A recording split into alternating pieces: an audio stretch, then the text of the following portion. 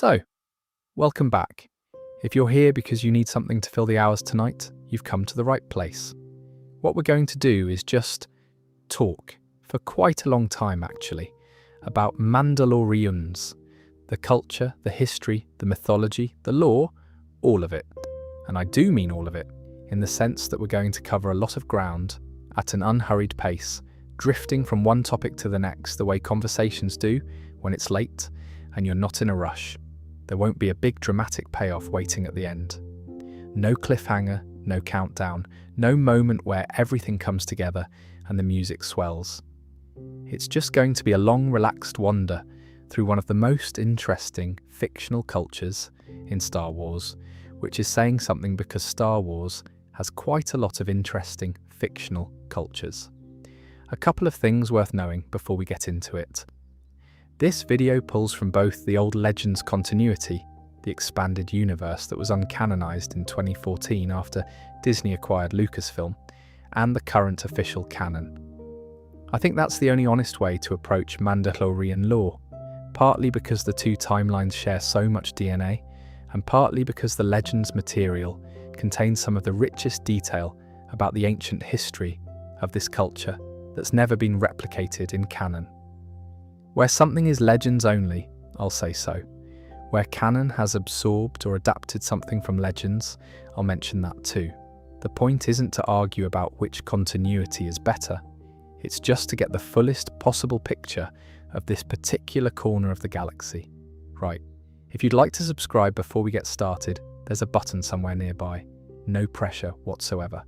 But I do make a lot of these, so if long-form lore conversations are your kind of thing, it might be worth sticking around. And with that out of the way, let's start where everything starts, at the beginning, which in this case means a planet in the Outer Rim, and what happened there a very long time ago.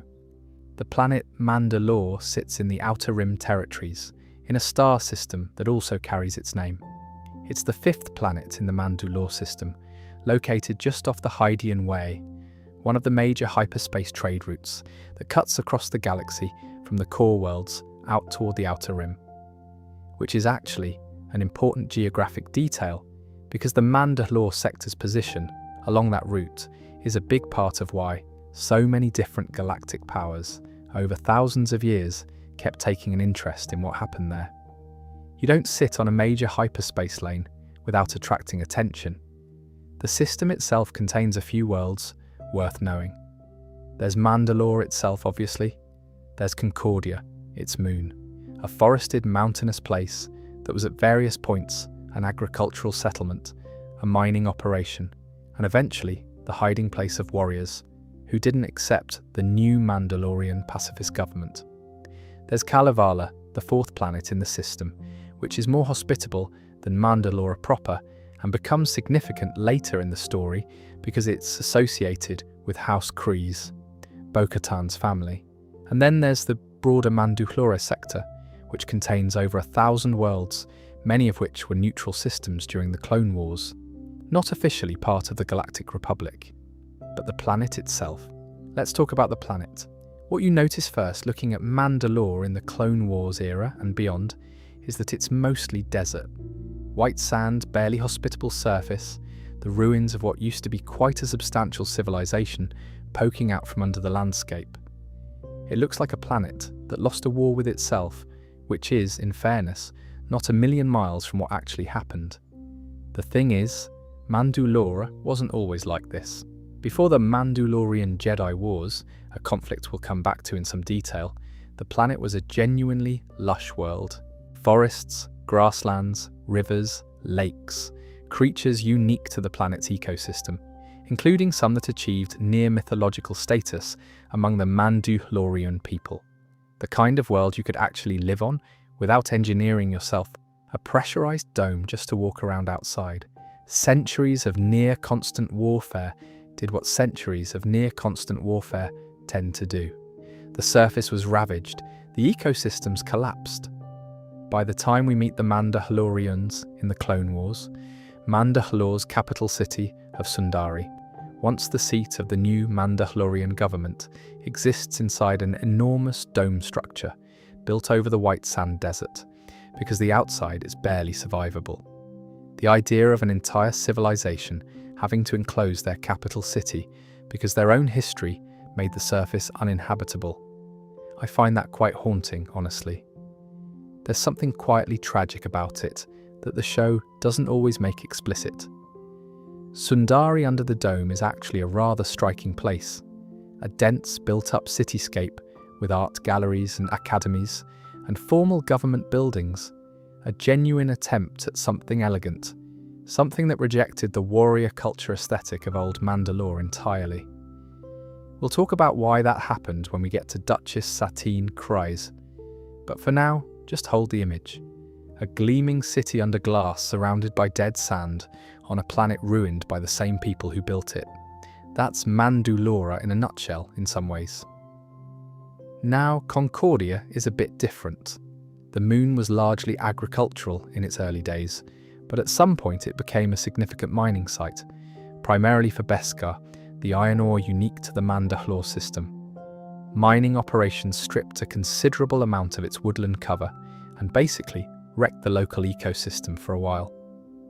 By the time of the Clone Wars, Satine Kryze tells Obi-Wan Kenobi that the forests are only just starting to grow back after having been abandoned, which is a small detail in a larger conversation, but it's the kind of thing that sticks with you, the image of a moon slowly healing from what was done to it. The warriors who were exiled there didn't disappear quietly. They organised slowly over years, and what they became would matter a great deal to the planet's future. There's also the broader topography of Mandalore before the wars stripped it. The original surface, in its pre-destruction state, was divided into recognisable biomes.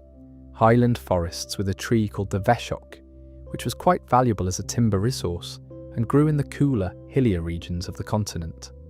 Open grassland suited to farming in the more temperate zones. White sand deserts in the arid regions, which are now basically the only terrain feature left, and a series of rivers and inland seas. The climate was varied enough to be genuinely livable across the planet's surface, which makes the transition to the devastated landscape of the Clone Wars era all the more striking if you hold both images at once. The city of Keldab was the traditional capital of Mandalore, a working city built on the banks of a river, with a skyline defined by the Oyubat, which was essentially the social hub of Mandalorian political life for centuries. A cantina tavern where clan leaders met, deals were struck, and the Mandalore would hold informal court. Not a palace, a tavern. There's something very specifically Mandalorian about a culture whose seat of power is a place where people are eating and drinking and doing business simultaneously. After the Mandalorian Jedi Wars and the subsequent internal conflicts, Keldabi was largely destroyed.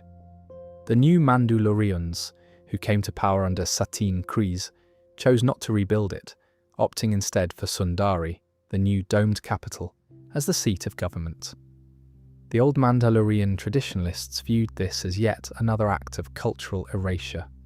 The new Mandalorians viewed it as practical governance. Both of them were probably right. Then there's Beskar itself, which deserves its own moment because it's so central to everything we'll be discussing. Beskar, sometimes called Mandalorian iron, is an ore found only on Mandalore and Concordia. In its refined form, it is extraordinarily hard. It can absorb or deflect blaster bolts. It can withstand strikes from a lightsaber, which is not something most materials in the Star Wars galaxy can claim. It's dense, it's durable, and it takes a serious forge and a serious smith to work with it properly. For the Mandalorian people, Beskar isn't just a practical material. It's cultural identity made physical. The armour is literally called Beskar Gam, meaning iron skin in Mandor, the Mandalorian language.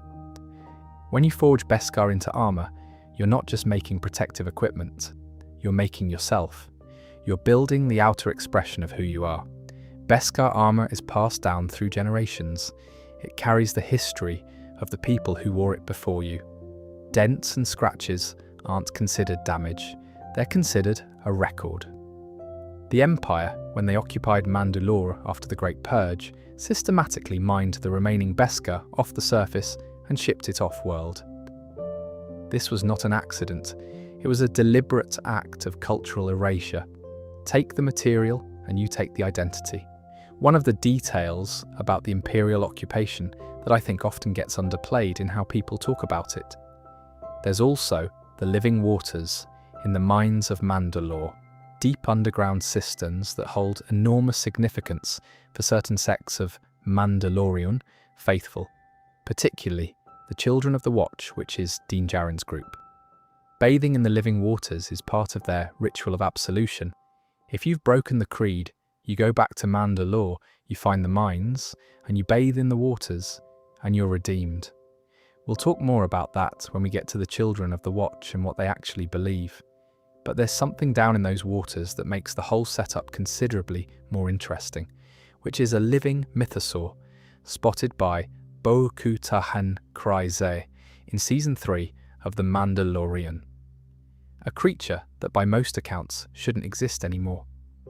Its presence there, in the sacred waters, is one of the more genuinely striking images in recent Star Wars, and it feeds directly into the next thing I want to talk about, which is what Mandalore was like before all the wars made it a desert, and more specifically, the extraordinary creatures that used to call it home. Here's something that trips people up when they first dig into Mandalorian history. The Mandalorians are not a species. They never were, really. Not even at the beginning. What they are is a culture, a creed, a set of values and practices and traditions that any being from any species can theoretically adopt. The armor is the equalizer. When everyone looks the same on the outside, species becomes largely irrelevant. But there was, in the very beginning, a specific species at the core of it all. They were called the Taung, and the Taung are where this whole story starts. In a time so distant, it predates the Galactic Republic itself. The Taung were a humanoid species, grey-skinned, somewhat simian in their build, with a general appearance that various descriptions over the years have landed somewhere between a Klingon and a Predator, which sounds alarming and probably was if you happen to live on the same planet as them. They were a warrior culture from essentially the very beginning of their recorded history, and their early story is one of conflict, displacement, and eventually a kind of triumph that set the template for everything the Mandalorian people would become. Their original home was a planet called Notron. If that name doesn't ring a bell immediately, the name it eventually got should: Coruscant, the planet that would become the center of galactic civilization, buried under layer upon layer of cityscape until the original surface was gone entirely. That was Notron, and the Taung were there first before any of the city building happened. On Notron, the Taung were at near constant war with a coalition of 13 human nations known as the Battalions of Gel. This conflict ran for centuries. Neither side could decisively end it. The humans had numbers, the Taung had ferocity and a military tradition that was already deeply embedded in their culture. And then something happened that changed the balance entirely. A massive volcanic eruption somewhere on Notron's surface darkened the skies. The ash clouds were so thick that they essentially blocked out the sun for an extended period, devastating the Gel armies and their agricultural infrastructure. The Taung, who were more accustomed to surviving in harsh conditions, came through it considerably better. They started calling themselves the Da-Werda Verda after this. In their language, that means warriors of the shadow. There's actually a poem in the legend's continuity called the Da-Werda Verda, a war poem, essentially a Mandalorian creation myth in verse form, commemorating these ancient battles on prehistoric Coruscant. It's striking stuff. Not subtle, but striking. Despite their advantage after the eruption, though, the Taung were eventually driven off Notron entirely. The humans were simply too numerous in the end, and the Taung were forced to retreat. They took refuge on a world called Rune, regrouped, and then did what they always did. They looked outward for somewhere new. Under a warlord known as Mandalore I, they found it. A planet in the Outer Rim, lush green, alive with wildlife, largely unclaimed by any sentient civilization. The Taung arrived assessed the situation, and proceeded to conquer it. This is, broadly speaking, what they did. The planet's dominant species at that point were not the kind you could negotiate with. The main ecological challenge the Taung faced upon arrival were the mythosaurs, and we'll spend some proper time on the mythosaurs in a moment, but for now, just know that they were enormous. Extraordinarily enormous. The Taung dealt with them, claimed the planet, and named it Mandayaim in their language, transliterated into Galactic Basic that becomes Mandalore. The planet was named after Mandalore I, and from that point forward, Mandalore became both a place and a title.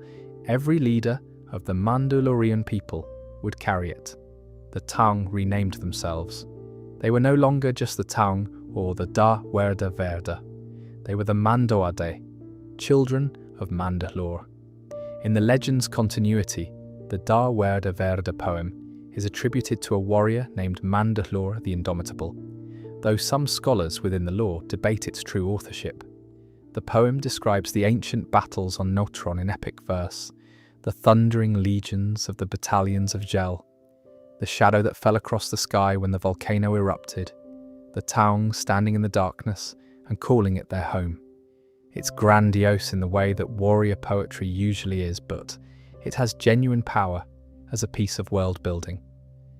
The Republic Commando novels by Karen Travis quote sections of it, and there's something about hearing fragments of a poem supposedly thousands of years old, cited in casual conversation, that makes the Star Wars galaxy feel properly ancient in a way that pure history telling doesn't quite achieve. The poem was later adapted, somewhat controversially, given the lore context, into a military march used by clone troopers during the Clone Wars, which means a poem celebrating the ancient ancestors of the Mandalorian people was being used as a marching song by an army that was partially trained by Mandalorians and genetically derived from a Mandalorian. The layers of irony in that are quite something. After the Taung were driven from Notron to Rune, and then from Rune to their eventual conquest of Mandalore, their social structure was already clearly defined around the warrior tradition. Mandalorian culture didn't evolve from something gentler into a martial culture over time. It was martial from the start. The clan system, the reverence for combat competence, the practice of incorporating conquered peoples rather than simply enslaving or eliminating them, all of these were features of Taung society before they landed on the planet they would name after their leader. What Mandalore I added, beyond the obvious fact of the conquest itself, was the philosophical framework that would persist for 10,000 years.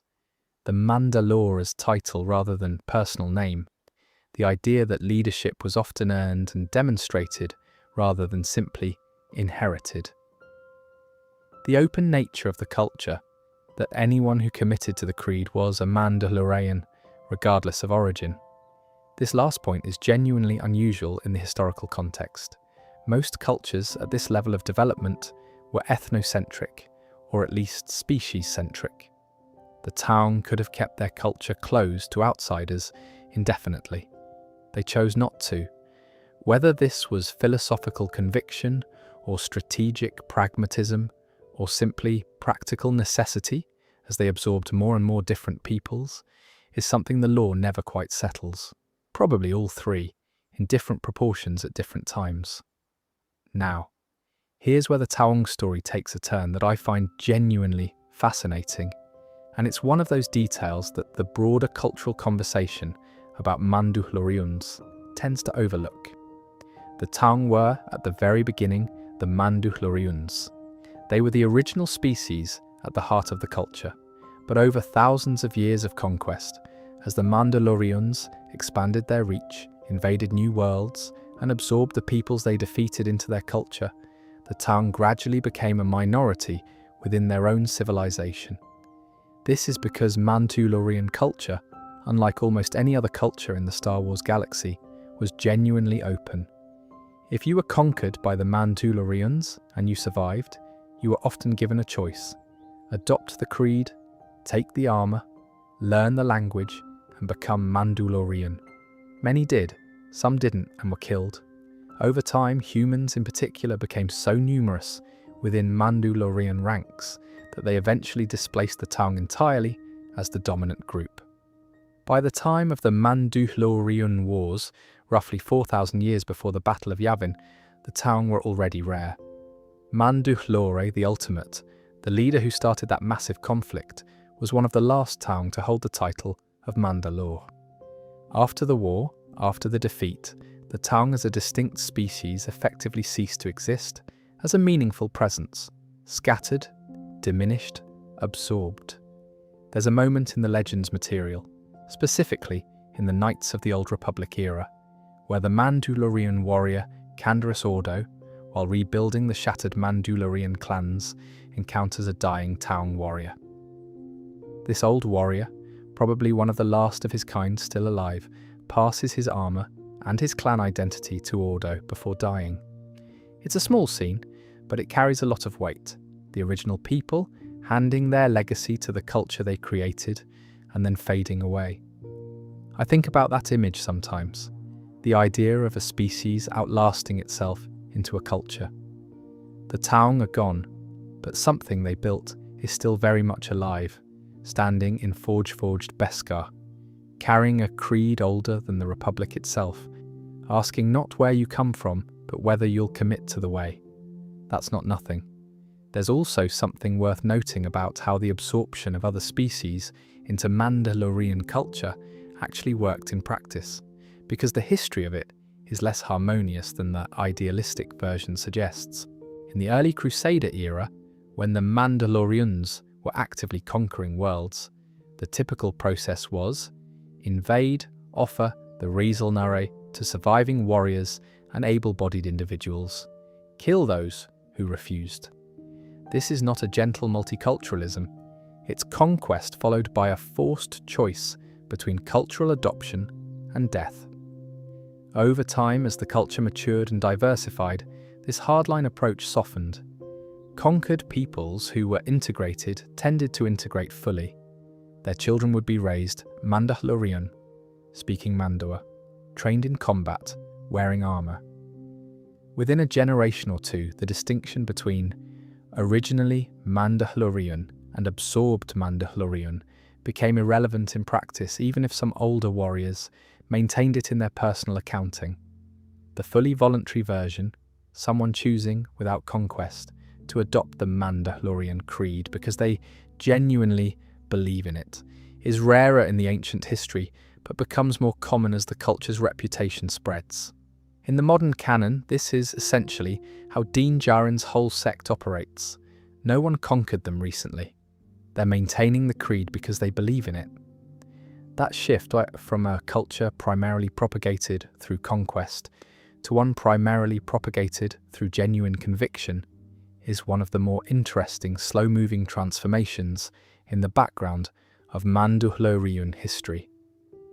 The creed remained the same. What changed was the mechanism of transmission. And while we're talking about the early history of the planet, before we get into the wars and the politics and the remarkable string of people who either tried to save the Mandalorians or tried to destroy them, there's one piece of the early history that really does deserve its own section: the mythosaurs. It's worth spending a moment on the ecological questions the mythosaur raises, even though, and perhaps partly because, the lore doesn't really answer them. A creature the size of a small city would need an extraordinary amount of food to sustain itself. What were the mythosaurs eating? Either there was a food chain on ancient Mandalore scale to support them, which means the entire pre-Taung ecosystem was operating at a different magnitude than anything we see in the post-conquest era, or the mythosaurs were rare enough that even a handful of them could find adequate resources. Neither explanation is very satisfying, which I think is deliberate. The mythosaur is supposed to be outside the normal frame of reference. It's a creature of mythology as much as ecology. The comparison point in the real world I keep coming back to is whale migration. We know intellectually that a blue whale is the largest animal ever to exist on Earth, but the number doesn't land properly until you're actually in the water near one, and the scale defeats your brain's ability to contextualize it. The mythosaur skull sigil is small enough to carry on a shoulder plate. The original skull it represents would be the size of a building. That gap between symbol and reality is part of what makes it interesting as a cultural object. There are other creatures associated with Mandalore's native fauna that occasionally come up in the lore. The Jaigala, or shriek hawk, a reptilian bird that achieves something close to mythological status among Mandalorians, associated with fierce independence and the warrior spirit. Some Mandalorian clans use it as their signet. There are also native predators that have never quite made it into mainstream Star Wars storytelling, but which appear in background details of the world-building materials, creatures adapted to the Veshok forests, hunters of the old grassland ecosystems, things that presumably still lived somewhere in the landscape, even after centuries of war changed the surface conditions. But the mythosaur stands above all of them. It was the one the Taung had to deal with first, the one they made their symbol, the one that, according to legend, they either killed or tamed, and whose bones they stepped over to claim the world as their own. If you've watched The Mandalorian, you've seen the mythosaur skull sigil everywhere. It's on armour. It appears on walls and banners. The armourer wears it prominently. It's the symbol of Mandalorian culture, in the same way that, say, an eagle is the symbol of certain human nations. Immediately recognisable, immediately meaningful, tied to something foundational. The actual creature it represents is one of those details that the lore keeps almost explaining and then pulling back from, which is part of why it stayed interesting. What we do know is this: mythosaurs were enormous reptilian beasts that were native to Mandalore when the Taung arrived. When I say enormous, I mean genuinely staggering in scale. Various sources describe them as comparable in size to small cities. Not metaphorically. We're talking about creatures where a single individual might be larger than most buildings you've ever stood next to. That's a difficult thing to hold in your mind, honestly. A living creature the size of a settlement. The ecological implications alone are extraordinary. What does a food chain look like when one of its apex predators is that large? What does it mean for the landscape of a planet to have creatures of that scale moving through it? The Taung encountered them on arrival and did what the Taung tended to do. They conquered.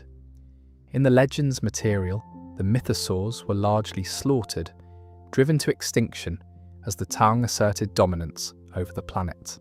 What was left were their skeletal remains, later used by the Mandalorians to build their first cities and weapons. The skull specifically became the sigil, the emblem, the symbol that said, "We were here. We faced the largest and most dangerous thing on this world, and we won." There's something very specifically Mandalorian about that. Not just we survived, but we survived against the most terrifying odds. And here's a permanent visual reminder of it on our shoulder plate. In the current canon, the mythosaur's status is left a bit more ambiguous. The creature hasn't been definitively shown as extinct. And then Season 3 of The Mandalorian goes ahead and puts a living one in the living waters beneath Sundari, which is either a wonderful bit of mythology coming alive, or a sign that the writers really enjoy making things more complicated, or both. Bo-Katan sees it. She barely has time to process what she's seeing before it's gone. And there's something in her reaction, not fear exactly, more like awe, that the show handles rather well. Because Bo-Katan, by that point in the story, is a person who has lost almost everything. Her home, her people, her purpose, her sense of herself as a legitimate leader. And then she's underwater in the sacred mines of her shattered homeworld, and she sees a creature that by all rights should not exist anymore. A creature that is essentially the original symbol of Mandalorian identity, alive and present and there. Whether you read it as a sign of hope or a sign of something more ambiguous probably depends on where you are when you watch it. The skull design itself is interesting from a purely visual perspective. It has a very specific cranial shape, elongated with pronounced orbital ridges, largely symmetrical in a way that suggests something genuinely alien rather than just a scaled-up version of something terrestrial. Whoever designed it clearly spent time on it, because it reads as immediately distinctive, while also feeling like it could plausibly be the skull of something very large and very old. And there's a nice parallel worth noting between the mythosaur as symbol and the Mandalorian culture itself. Both are defined by extreme resilience in the face of forces that should have ended them. The mythosaur survived whatever killed it off everywhere else. The Mandalorian people survived the Mandalorian Wars, the Jedi Mandalorian conflicts, the New Mandalorian Civil War, the Clone Wars, the Great Purge, the Imperial occupation, every catastrophe that should have been the end of them. The skull on the shoulder is a reminder. The most dangerous thing here isn't gone. It's just waiting. I find that rather compelling as a piece of symbolic design, even setting aside all the mythology built around it. There's also something worth noting about when the living mythosaur appears in the canon timeline.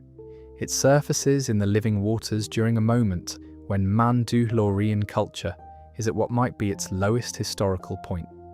Most of the population dead, the planet in ruins, the Darksaber lost, the surviving Mandalorians scattered and hiding in a dozen different places. And it surfaces specifically for Bo-Katan Kryze, who at that point in the story has arguably failed her people more comprehensively than any single Mandalorian leader in memory. She accepted the Darksaber without winning it. She surrendered it to the Empire. She spent years in a kind of purposeless exile. The mythosaur appearing to her in the sacred waters at the moment she's trying to figure out whether she still has any claim to be who she used to be. The show doesn't tell you what it means. It just shows it, and lets the image carry the weight of the question. Is it a sign? Is it a coincidence? Is it the living embodiment of the culture's oldest symbol appearing to the person who most needs to know the culture hasn't ended? The answer is probably yes, but the specifics are yours to determine, which is how mythology tends to work when it's done well. Right, so we've got the planet, we've got the species that founded the culture, we've got the enormous creatures that became the symbol. Now let's talk about the actual culture itself, what it means to be Mandalorian, what you're committing to when you put the armor on, and the ancient code that holds all of it together. The thing that makes Mandalorian culture genuinely unusual within the Star Wars galaxy is that it's definitionally not about where you come from. It's about what you choose. There's no Mandalorian species requirement. There's no bloodline test. There's no mystical energy field determining whether you qualify. You either live by the creed or you don't. And if you do, you are Mandalorian, fully, completely, without asterisk or qualification. This is why, across thousands of years of Mandalorian history, you see warriors from dozens of different species standing side by side in armor and treating each other as family. Humans, obviously, who eventually became the majority, but also Togorians and Mandalians and Zabrak and Kifa and quite a few others, all absorbed into the culture through conquest or choice at various points in history. The armor is the great equalizer, when everyone looks roughly the same on the outside. T-shaped visor, distinctive silhouette, Beskar or Durasteel over the body, species becomes largely irrelevant. What matters is whether you've committed to the 6 tenets. Those 6 tenets are called the Resul Nara, which translates from Mandoa, the Mandalorian language, as the 6 actions. Not the 6 beliefs, not the 6 laws. Actions. The distinction matters because this is a culture fundamentally oriented around doing things rather than thinking things. The Resul Nara is a code of behaviour, not a set of abstract principles. Children are taught them as a rhyme. The Mandoa goes, Bajur Beskargam Aranov Aliit, Mandoa Bal Mandalore, and Venkuyan Mihi, which translates roughly as education and armour, self-defence, our clan, our language, our leader, all help us survive. It's almost nursery rhyme in its simplicity, which is rather clever when you think about it. The most important things a culture needs to pass on, packaged into something a child can memorize before they fully understand it. The 6 tenets broken down properly. 1. Wear the armor. Not just own it, wear it. Present yourself as Mandalorian to the galaxy. The armor is your identity made visible. I find this interesting as a formal rule. Most cultures make the wearing of cultural dress a tradition rather than a mandate. But the Mandalorians have encoded it as an obligation because they know from repeated experience that culture requires active maintenance to survive. 2. Speak the language. Mandoa is spoken, maintained, and passed on as a matter of survival. Language shapes thought. If you think in Mandoa, you approach the world with a Mandalorian framework. This is also a practical measure. You can communicate securely in a language most outsiders don't know. There's something rather elegant about making language preservation a religious obligation rather than just a cultural aspiration. 3. Defend yourself and your family. This one sounds obvious, but think about what it implies. Self-defense isn't just practical advice here, it's theology. The ability to protect yourself and the people you love isn't something to be outsourced or delegated. It's a personal responsibility encoded into the deepest level of the creed. 4. Raise your children in the ways of the Mandalorian. Pass the culture on. This is what creates the foundling tradition, the practice of taking in children, whatever their origin, and raising them within the creed. Din Djarin is a foundling. Grogu becomes one. It's how the culture regenerates itself, particularly after the catastrophic losses Mandalorians have suffered repeatedly throughout their history. I find this one particularly interesting as a forward-looking tenet. It's the only one oriented entirely toward the future, rather than the present. 5. Contribute to the welfare of your clan. The clan is the primary social unit. Not the planet, not the galaxy, not an abstract ideology, your clan. The people you eat with and fight beside and protect and are protected by. The deliberate smallness of this is, I think, one of the creed's more quietly radical features. Your obligation is local, specific, personal. Armor inheritance is another practice that's worth lingering on because it complicates the standard idea of armor as personal equipment. A Mandalorian warrior's armor doesn't necessarily end with them. Pieces of Beskar armor from fallen warriors are frequently passed down to members of their clan, incorporated into new suits, repurposed, maintained. What this means in practice is that a single piece of armor might carry the history of several different people across multiple generations. The dents and scratches from battles you weren't present for. Metal that has already survived things you don't know about. Sabine Wren's armor in Rebels is described as being over 500 years old, which puts it well outside her own lifetime and the lifetimes of anyone she personally knew. She's wearing the history of her clan on her body. There's a weight to that, a responsibility that she clearly feels and that the show captures quite well in the moments where she talks about it.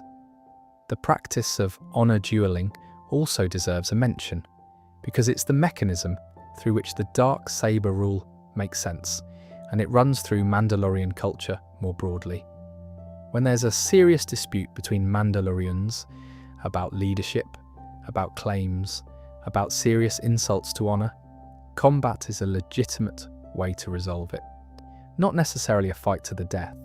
The terms of an honor duel can be set by the participants, but the outcome is binding in a way that words are not. This is culturally consistent with a society that values demonstrated capability over stated intention. Anyone can say they're the better leader.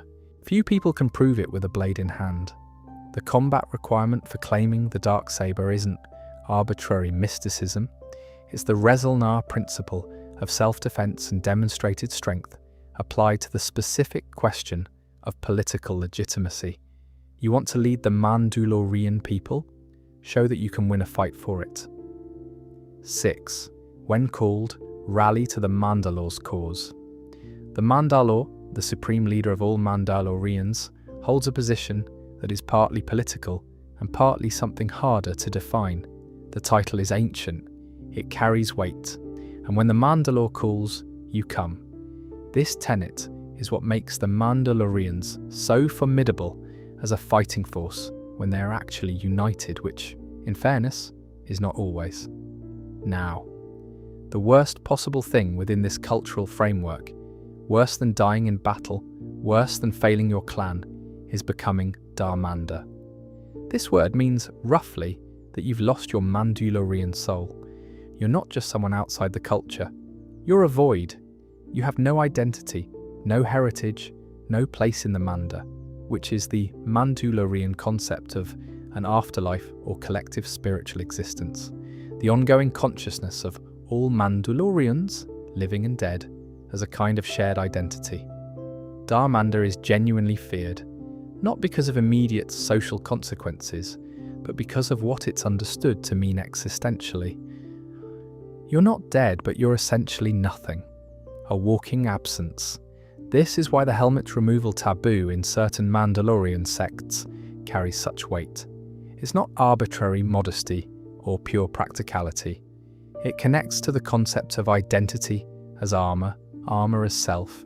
Remove the armor, and you're exposing the part of yourself that needs the armor to be what it is. For the more orthodox sects, this shades into something almost theological.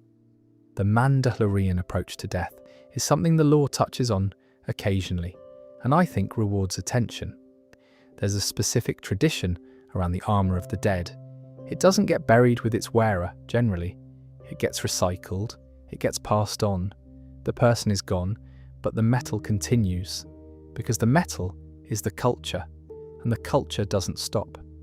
This is both practically sensible, given how rare and valuable Beskar is, and philosophically consistent with a culture that defines identity through what you do and carry, rather than through a continuous physical self.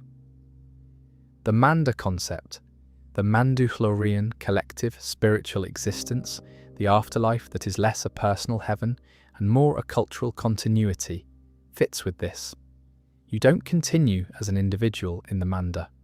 You join the ongoing collective identity of the Mandalorian people. Your armor may carry your history forward in someone else's life. The clan remembers you. The language you spoke carries something of how you thought. The creed you upheld is upheld by others after you. It's a kind of immortality that's entirely about relationship and community rather than individual persistence. And for a culture that has survived as many near extinctions as the Mandalorians have, it might be exactly the right theology. If your definition of survival is personal, you stop surviving when you die. If your definition of survival is cultural, you stop surviving when the culture stops. And the culture, so far, has stubbornly refused to stop. The paint schemes on armor are worth a brief mention because they're a lovely bit of world building. Colors carry traditional meaning: grey for mourning, gold or yellow for vengeance, blue for reliability and duty, red for honoring a father or father figure, green for duty and honor, black for justice, white for a new start or a clean slate. Not every source agrees on every color, and Mandalorians don't follow these rigidly, but they're part of the visual language. When you see Sabine Wren in her multicolored, constantly evolving armor, there's a whole conversation embedded in the palette choices, even if the show doesn't always spell it out explicitly. Sigils and signets also matter. When the armorer in The Mandalorian forges a Mudhorn signet for Din Djarin because he fought one alongside Grogu, she's not just making a decorative element. She's acknowledging that this encounter was significant enough to be recorded in metal, carried forward, made permanent.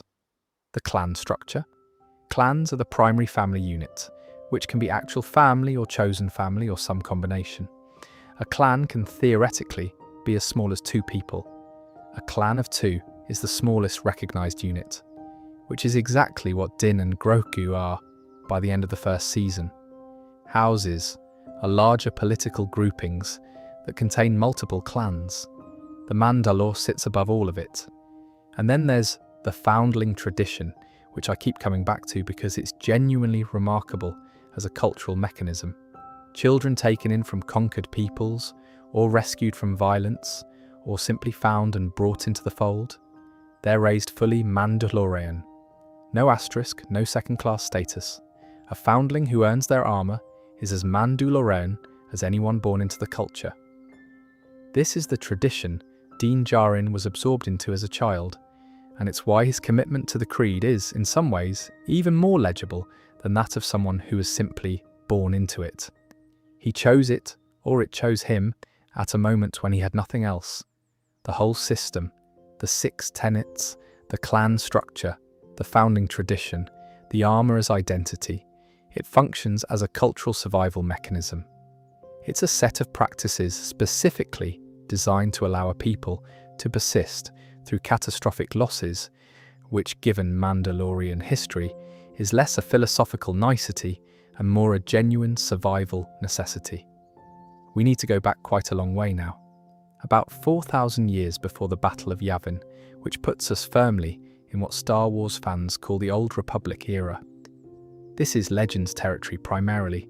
The current canon has absorbed some elements of it, and references to the Mandalorian Wars do appear in live action. But the detailed story of what actually happened is drawn from the old, expanded universe, from the Knights of the Old Republic games, and comics specifically.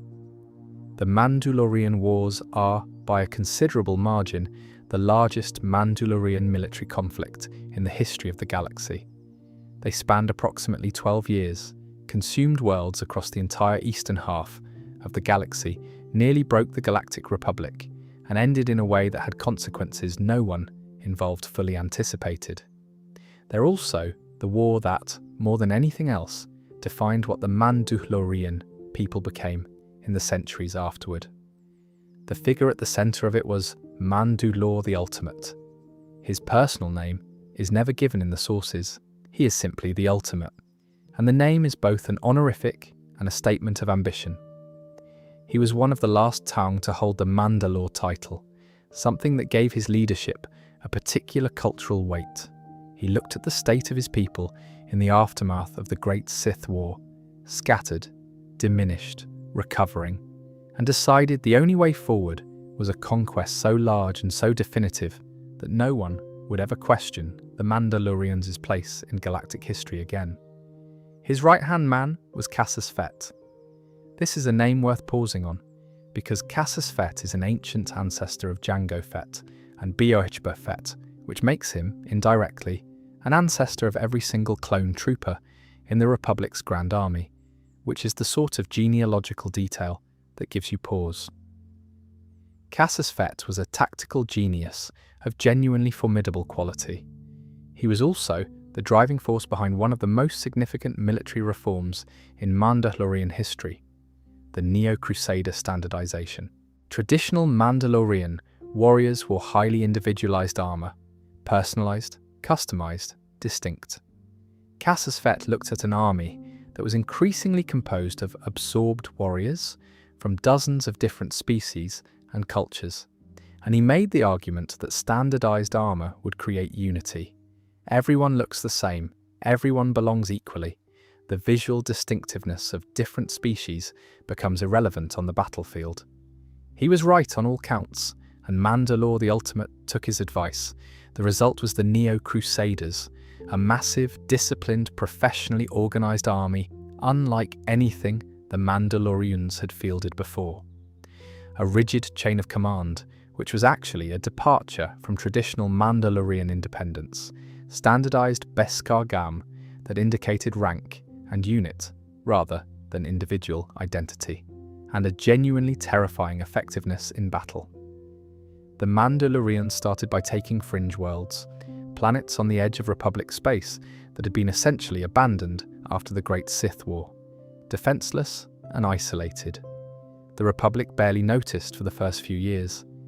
It wasn't until the Mandalorians began pushing into proper Republic territory that anyone took it seriously. The turning point that makes this conflict genuinely dark rather than just large scale, is the Battle of Cathar.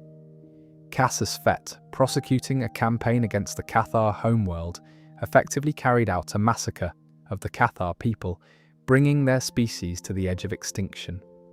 One Mandalorian warrior stood against the order. She objected, refused to participate, and was executed for it. Her mask was left at the site. This moment matters because of what happened years later. A young Jedi Knight named Revan, charismatic, brilliant, deeply frustrated with the Jedi Council's policy of non-intervention, led a faction of Jedi to Cathar in search of answers. They found the mask of the Mandalorian, who had died rather than participate in the slaughter, and Revan took it. He wore it himself throughout the rest of the war. I've spent some time thinking about why he did that, because the sources never explain it explicitly. There are several possible readings, honouring the one Mandalorian who chose differently, claiming the war's moral weight as something he was willing to carry personally. Psychological warfare, a Jedi general wearing the mask of the enemy, an unnerving and deeply deliberate image. Maybe all of those things at once. Revan broke from the Jedi Council, which had decreed non-intervention in the Mandalorian Wars, and entered the conflict with a group of followers who came to be called the Revanchists. He and his closest ally Malak took command of Republic forces. They were exceptional commanders, creative, ruthless when necessary, and able to adapt rapidly to the Mandalorian style of warfare in a way that previous Republic commanders had not managed. The war began to turn. The final confrontation came at a planet called Malachor Fifi. Revan forced the engagement there deliberately, drawing Mandalore the Ultimate into a decisive battle. In the fighting, Revan defeated Mandalore the Ultimate in personal combat. In the Ultimate's last moments, dying, he removed his mask. This unmasking in death is a detail that recurs in Mandalorian history at significant moments, as if the final act of a great leader is to reveal that underneath the identity the title confers, there was always just a person. I find that rather moving for what it's worth. But here's the part of Malachor 5 that doesn't get talked about as much as the single combat. Revan also used a superweapon there, the Mass Shadow Generator, a device that exploited the gravitational properties of Malachor 5 itself to devastate both the Mandalorian fleet and a significant portion of Republic forces. It ended the war definitively. It also killed enormous numbers of people on both sides, and it arguably began the process that led Revan himself toward the dark side of the Force, which is a whole other story. The Republic's experience of the Mandalorian Wars was, for a long time, characterized by a combination of denial and underestimation. The fringe worlds being taken were not Republic worlds in any formal sense. They were in that ambiguous outer territory where the Republic's authority was nominal at best. The attitude in the Senate and among parts of the Jedi Council was essentially that this was a regional conflict that didn't require the full attention of galactic government. This is, in retrospect, one of the more impressive examples of institutional wishful thinking in the Old Republic era. The Mandalorians were systematically expanding their territory, building an army of absorbed peoples and developing the organizational capacity for a truly galaxy-spanning campaign. The warning signs were there, they were just inconvenient to act on. The False War, the period of roughly a year before the Mandalorians broke through Republic lines in force, is worth noting because it's the phase that gets the least attention in most retellings. The Mandalorians were probing the Republic's defences, testing response times, identifying weak points in the defensive line. The Republic interpreted the relatively limited engagements as evidence that the Mandalorian threat was manageable.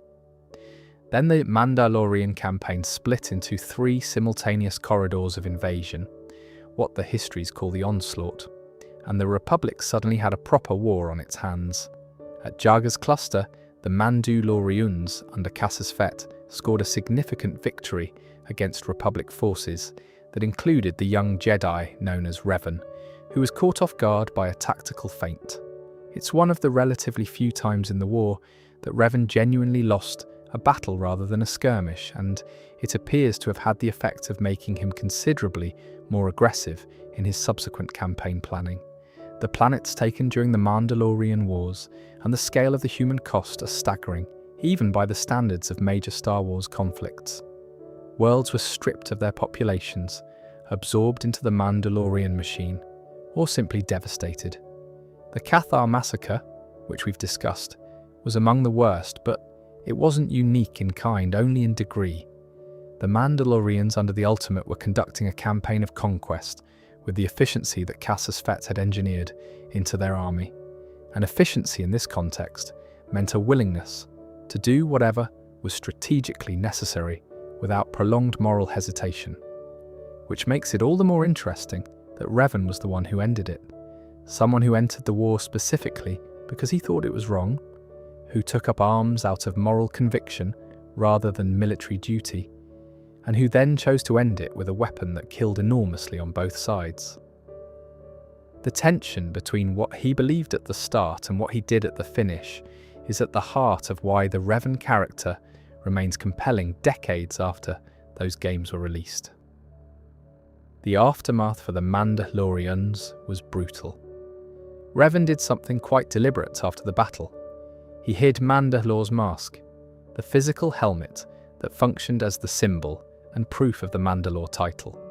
Without it, no one could legitimately claim to be Mandalore. The clans scattered. Leadership dissolved. What had been the most formidable military force in the galaxy became almost overnight wandering groups of soldiers with no unified purpose and no home to return to. The recovery took decades. It came eventually through a warrior named Canderous Ordo, who travelled with Revan during the Jedi Civil War that followed, and who eventually located Mandalore's mask and claimed the title, taking the name Mandalore the Preserver. He brought the scattered clans to the jungle moon of Dashun, orbiting Onderon, and began slowly and patiently rebuilding from there. Canderous Ordo is one of my personal favourites in all of this history, and I'll come back to him properly in the section on notable Mandalorians. But the reason I mention him now is because his story is the answer to the question, what happens after a culture is shattered? The answer, in this case, is that someone patient and principled and genuinely committed to the traditions decides to rebuild it, piece by piece, person by person, clan by clan, without fanfare, without a dramatic war to justify it. Just the slow, unglamorous work of keeping something alive. And that's what the Mandalorian Wars ultimately left behind. Not just a defeated army, but a culture that had to learn, again, how to survive its own worst impulses. The state of the Mandalorian people in the immediate aftermath of Malachor V is worth sitting with for a moment, because it's easy to move too quickly past it to the recovery story. The defeat was total. Not just military defeat, the loss of the mask, the loss of the Mandalore, the loss of the organisational infrastructure the Neo-Crusaders represented. Individual warriors and clan groups scattered across the galaxy, many of them taking mercenary work because it was the only profession they knew. Some took up permanent residence on occupied worlds, some drifted toward criminal enterprises.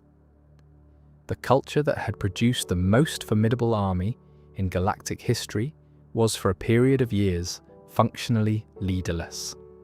The question of what the Mandalorian Wars actually accomplished, from the Mandalorian perspective, is one that the lore returns to occasionally and never fully resolves. They fought to prove their supremacy.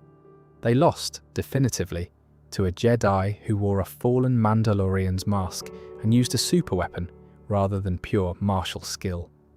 The humiliation was thorough. And the cultural consequence, the town nearly extinct, the army dissolved, the traditions in danger of dissipating entirely, could easily have been the end of the story. That it wasn't is partly Canderous Ordo's doing, but it's also a function of how deeply embedded the Wrestle-Nar had become. As we covered earlier, The 6 tenets were designed to continue without central authority, each one a commitment made by individuals, clan by clan, regardless of whether a Mandalore existed to call them together. The creed didn't need a leader to keep running, it just needed people willing to live it. About 1,000 years before the Battle of Yavin, so we're moving forward in time now, out of the deep ancient history and into something closer to the familiar Star Wars eras. A child was brought to the Jedi Temple on Coruscant. He was from a Mandalorian family. He was Force-sensitive. He was taken in as a Padawan. His name was Tara Vizsla, and he was the first Mandalorian ever inducted into the Jedi Order. This is the kind of historical fact that sounds simple and is actually quite loaded when you sit with it. Mandalorians and Jedi had fought each other. Their cultural philosophies were profoundly different, in some ways almost directly opposed. The Jedi prized detachment, service to an abstract principle, the letting go of personal bonds.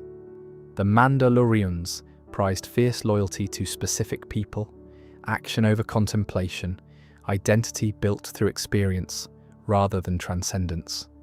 A Mandalorian Jedi should, in theory, be an oxymoron. Tara Vizsla wasn't, though. He became a knight.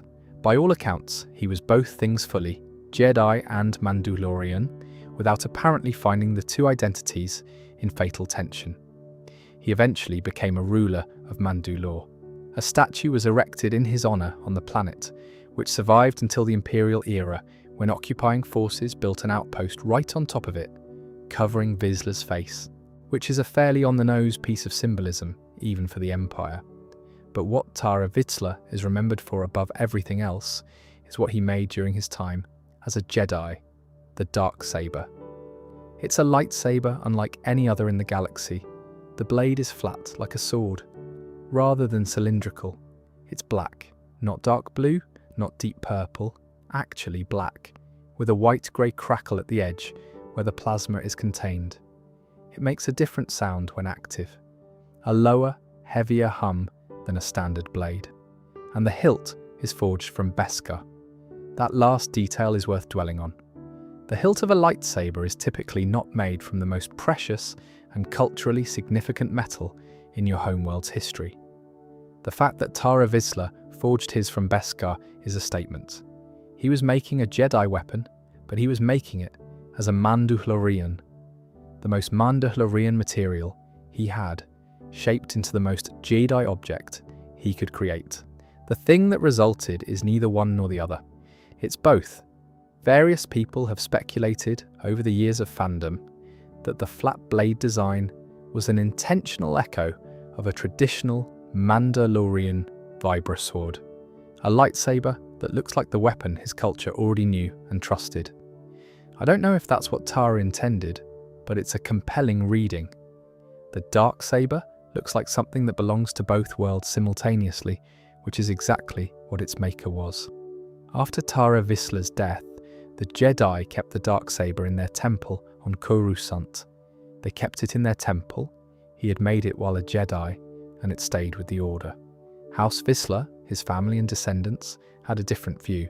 At some point during what's described in the sources as the fall of the Old Republic, members of House Vizsla broke into the Jedi Temple and took the blade back.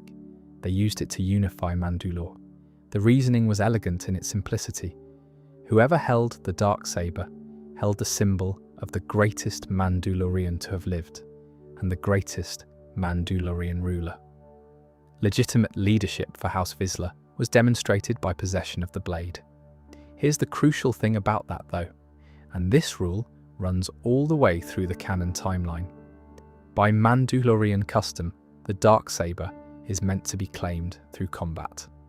By Mandalorian tradition, the darksaber must be won in combat. If it's gifted to you, if it's handed over, if you accept it without having earned it in a fight, then by the creed, it curses Mandalore. Not metaphorically cursed, there are Mandalorians who believe this quite literally. That rule becomes enormously important later. But let's walk through the blade's history in sequence, because it's actually a rather remarkable chain of ownership, House Vizsla held it for generations, passing it from leader to leader. By the time of the Clone Wars, it was in the possession of Pre Vizsla, the governor of Concordia and leader of the Death Watch terrorist movement.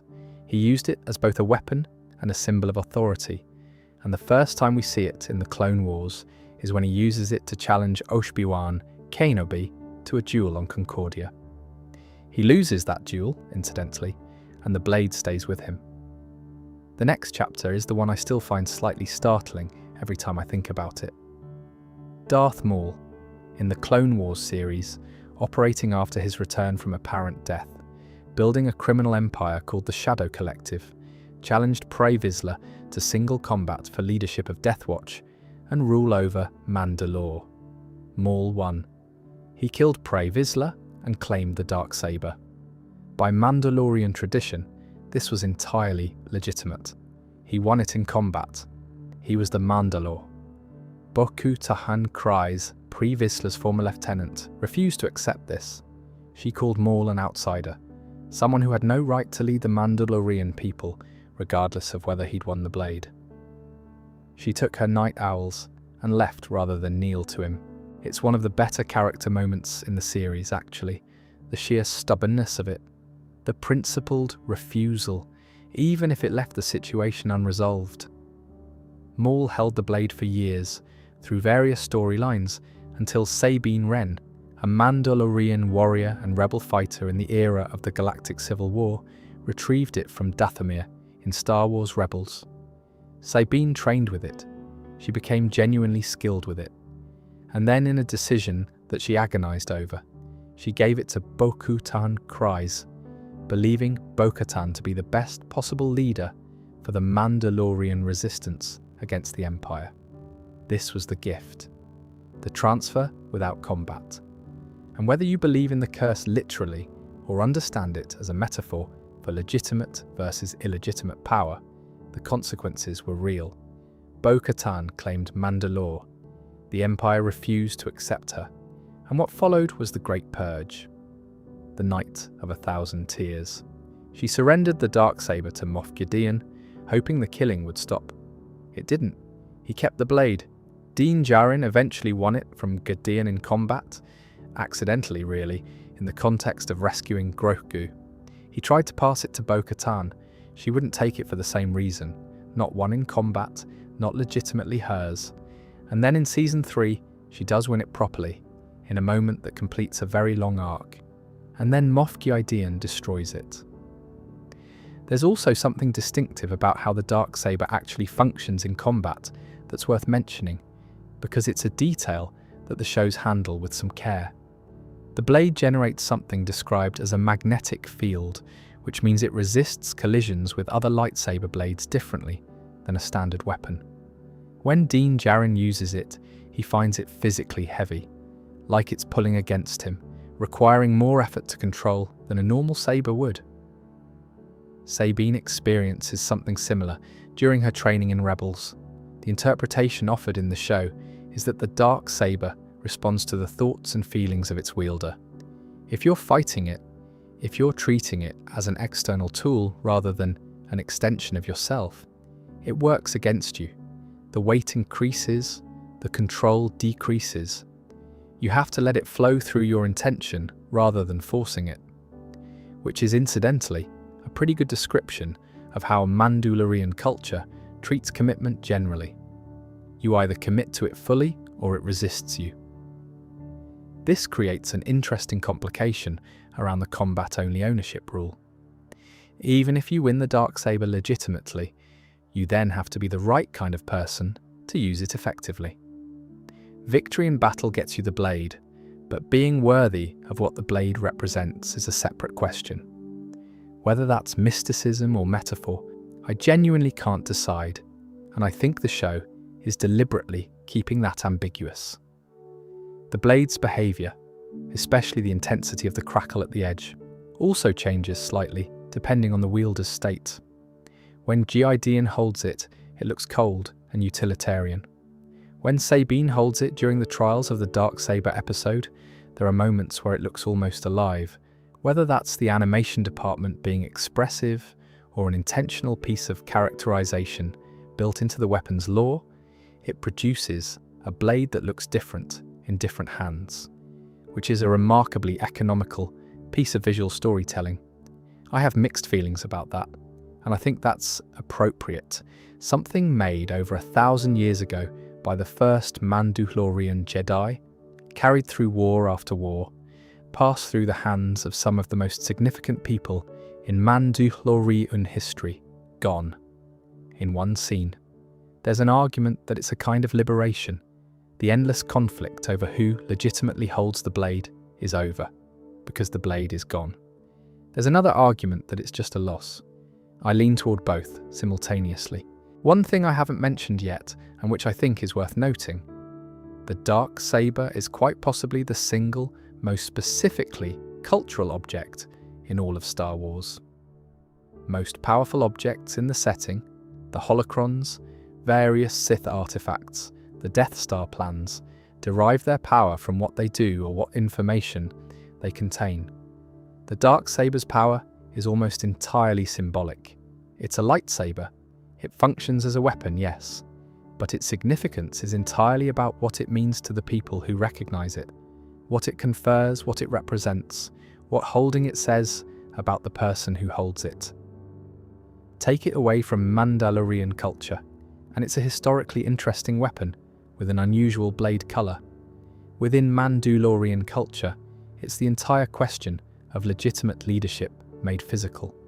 That's a remarkably specific piece of world building. The writers who developed the Darksaber's role understood something about how cultures actually work, that the objects with the most power are often not the ones with the most direct physical capability, but the ones whose meaning has been agreed upon and carried forward by enough people over enough time that the meaning feels real. The Darksaber's meaning has been maintained for 1,000 years.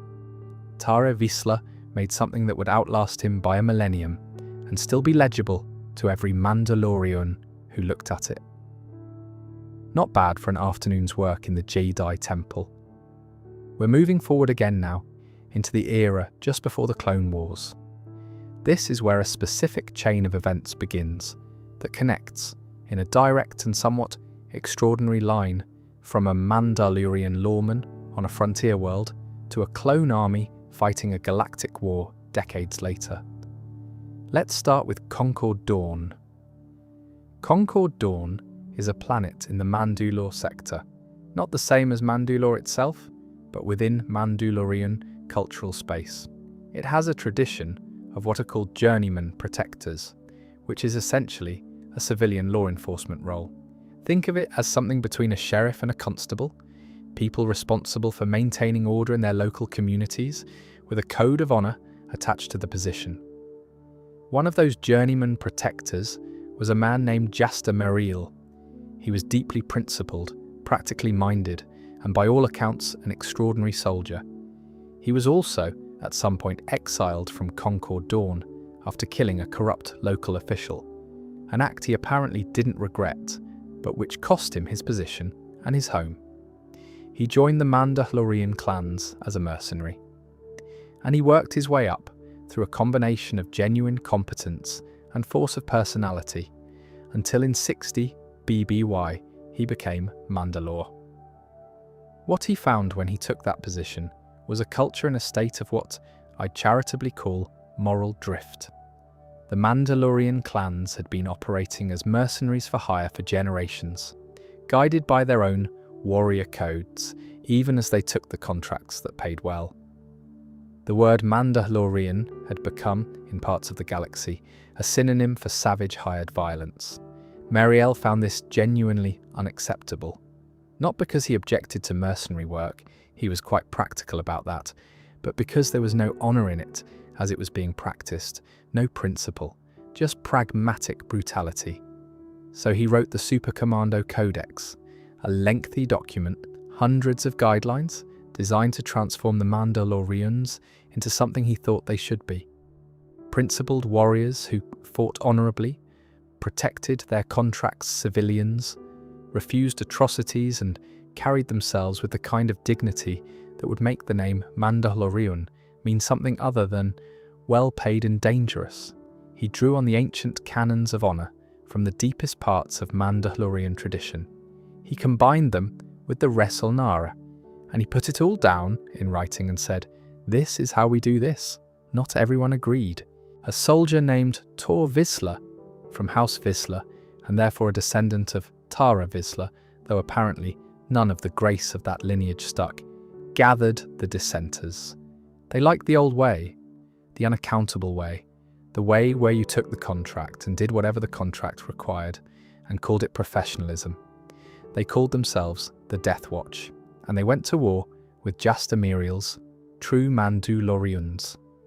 This civil war is the context in which a young boy named Jango Fett first appears in the historical record. The Fett family were farmers on Concord Dawn. Jango's father was also a journeyman protector, which meant the family was already embedded in the tradition Miriel came from.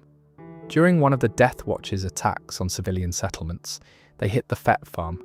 They killed Jango's parents, they kidnapped his older sister, they left a 10-year-old child with nothing. Jasta Miriel happened to be moving through the area with his true Mandalorians.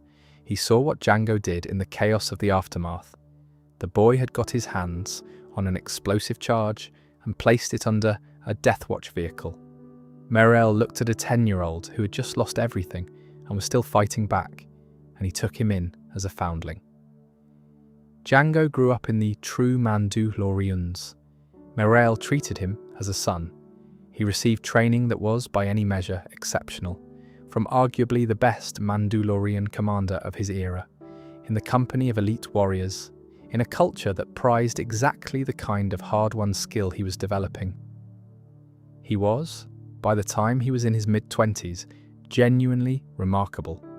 Fast, accurate, tactically intelligent in ways that went beyond his training, with the kind of adaptability under pressure that's either natural or the product of extreme early trauma, and in Jango's case, probably both. Then came Corda 6.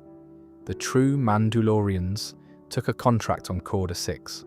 It turned into a Death Watch trap. And Montrose, Miriel's own second-in-command, a man who had apparently been nursing his own ambitions, left Miriel exposed at the crucial moment. Tor Vizsla, the Death Watch leader who had spent years trying to destroy Miriel's true Mandalorians, closed in. Miriel was killed. Jango pursued and eventually dismantled the Death Watch. He killed Tor Vizsla personally, he became Mandalore, and then, largely, he stopped acting like it.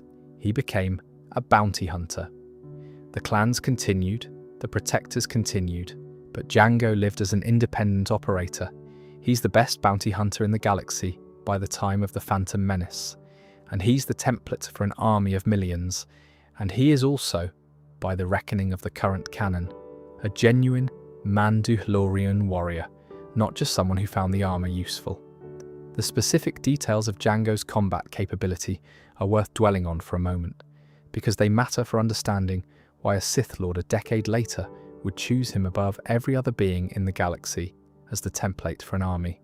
Jango Fett was fast, extraordinarily fast, in the way that only people who have been in enough genuine life or death situations develop, where the reaction has been drilled past the level of conscious thought.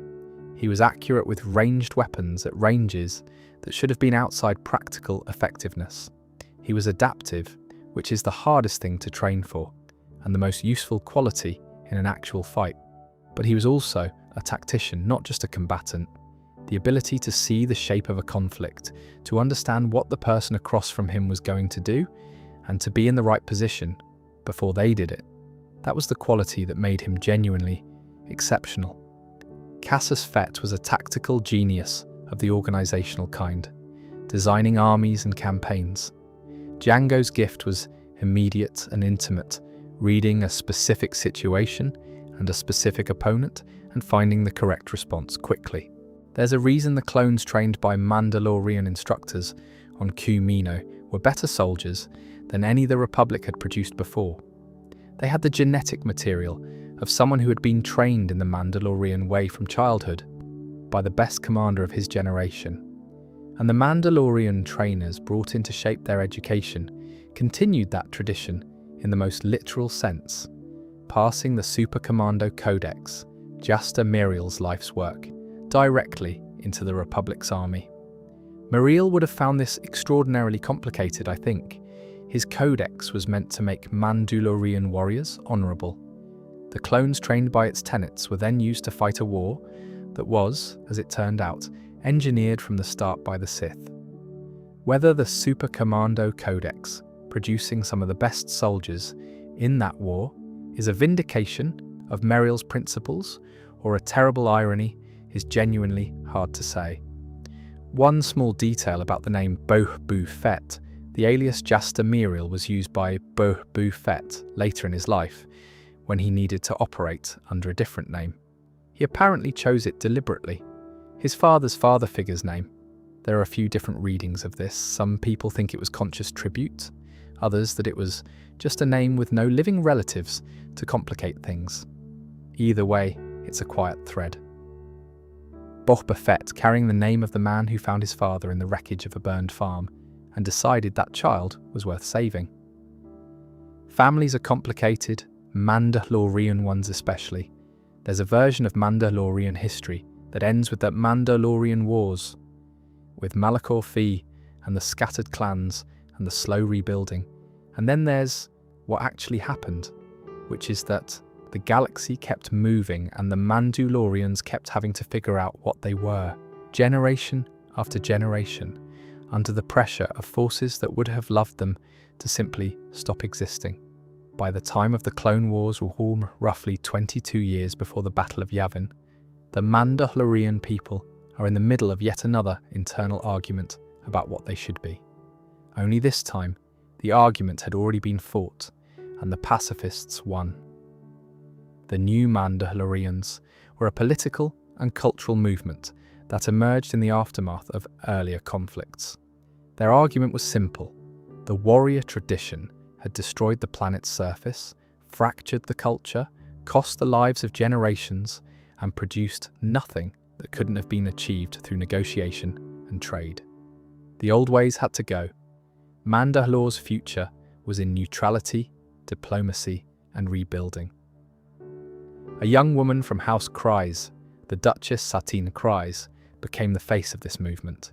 She led the new Mandalorians through a final civil war against the traditionalist faction, and when it was over, she became the ruler of Mandalore.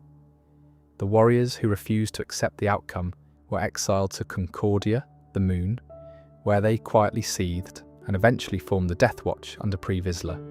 Now, there's a detail about the Civil War that most people know, because the Clone Wars series shows it, and I think it's one of the lovelier bits of Star Wars lore, actually. During the conflict, the Jedi Order sent two of their people to protect Satine, a Jedi Master named Qui-Gon Jinn and his young Padawan, Obi-Wan Kenobi. They spent approximately a year with her, on the run, dodging bounty hunters and Death Watch agents, and the various other people who wanted the new Mandalorian movement dead before it got started. Obi-Wan and Satine fell in love. He chose the Jedi Order. She chose her people. They parted, and by the time the Clone Wars start, they're in this very precisely calibrated relationship, where they clearly still care deeply about each other, and both of them are far too principled to do anything about it. It's the kind of thing that hangs over every scene they share in the Clone Wars series, and it makes what happens to Satine later considerably more devastating. But we'll get there. Under Satine's rule, Mandalore was genuinely rebuilt. Sundari as the capital under the dome, art galleries, educational institutions, a reformed economy. She made real progress on turning a culture defined by centuries of warfare into something oriented around commerce and civic life. She was also, frankly, dealing with extraordinary opposition the entire time. Pre Vizsla was running Death Watch from Concordia, while simultaneously serving as its legitimate governor and attending dinner with Satine and making perfectly reasonable small talk. He had the dark saber, which his family had held for generations as a symbol of the warrior tradition and legitimate Mandalorian leadership. He had backing from Count Dooku and the Separatists, And he had the fundamental argument on his side that Satine's pacifism left Mandalore dependent and weak. He wasn't wrong about that last part, incidentally. Satine's neutrality was principled, but it created genuine economic fragility.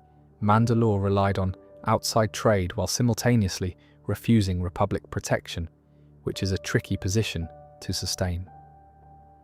The Death Watch's various plots against Satine, the bombing of the Peace Park, the attempts to discredit her government, the manufactured crises designed to make her look weak, run through the first several seasons of the Clone Wars, with Obi-Wan kept in the middle of it by his complicated feelings about a woman he is absolutely not allowed to be in love with. The new Mandalorian's ideology is worth examining from the inside for a moment, because it's easy to look at the outcome. Mandalore destroyed, Satine dead, pacifism clearly unable to protect the people it governed, and conclude that the whole project was naive. That's a reasonable reading on the surface, but the new Mandalorian argument was always more complex than simple anti-militarism. What Satine's government was actually trying to do was break the feedback loop. The history of Mandalore is, in large part, a history of warriors producing consequences that required more warriors to deal with. Warfare creating enemies, enemies requiring defense, defense becoming aggression, aggression creating more enemies. The new Mandalorians looked at that pattern and argued that the only way to escape it was to refuse to participate in it. Lay down the weapons, rebuild through trade, demonstrate that there was another way. The problem is that you can't unilaterally opt out of a galaxy where other people are still making the choices that create violence. Satine's neutrality was principled, but it required the galaxy to cooperate. And the galaxy, in the form of Count Dooku's separatists backing Death Watch, in the form of Darth Maul looking for a power base, declined to cooperate. She was right that the warrior tradition had cost Mandalore everything. She was trying to solve a real problem. She just couldn't solve it alone. The other complication within the new Mandalorian project is that it wasn't actually accepted by the whole population. The traditionalists who were exiled to Concordia were a significant enough faction that their resentment produced an organized resistance within a generation. Bo-Katahin Kryze, Satine's own sister, joined Death Watch because she couldn't accept the renunciation of the warrior identity. That particular family dynamic runs through the Clone Wars arc with a kind of sustained quiet sadness.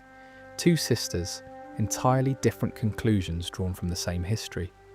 Then comes Darth Maul, and the situation becomes considerably worse.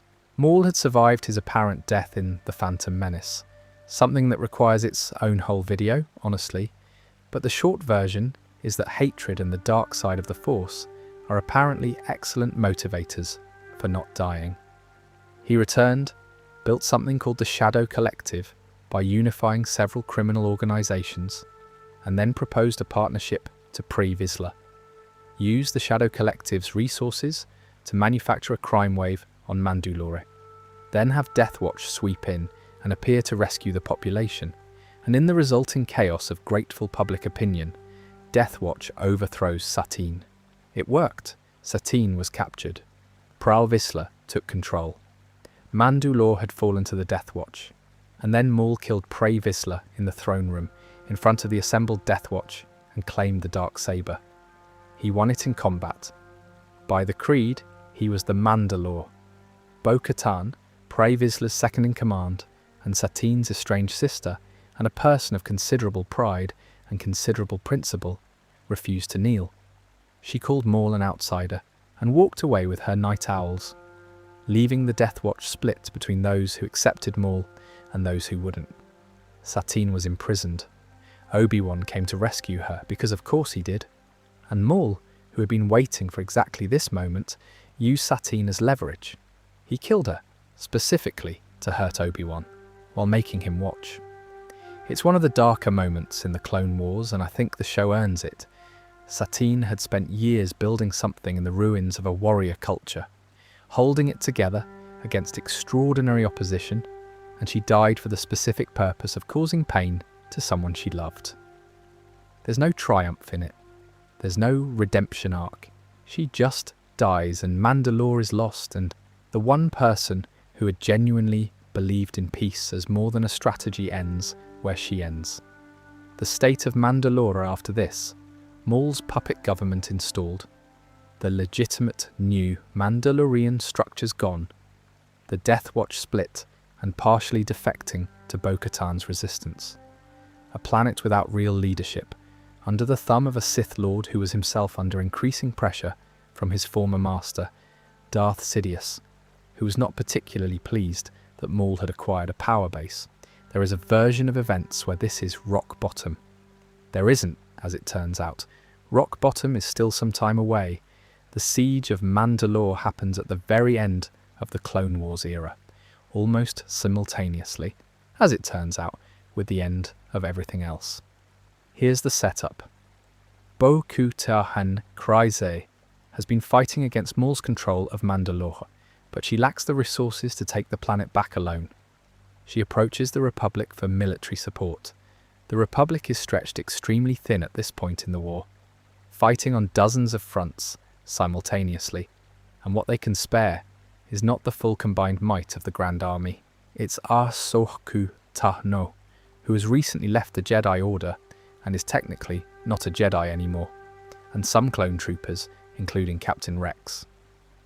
This is, in other words, a rather underpowered response to the problem of a Sith Lord ruling the Mandalorian homeworld. But Bo-Katan and Ahsoka work together, and they're effective together, and they fight their way into Sundari, and they are genuinely on the verge of winning when Order 66 happens. Order 66 was a command encoded into the clone troopers from birth, or more precisely, from the moment their genetic programming was completed. A brain chip, a buried instruction. When the order was transmitted by Palpatine, every clone trooper who received it had their programming activated and was compelled to identify any Jedi as an enemy and eliminate them. It killed most of the Jedi Order in a matter of hours. On Mandalore, this meant that the clone troopers who had been fighting alongside Ahsoka Tano suddenly turned on her. She escaped. Rex managed to fight his programming enough to warn her and help her get out.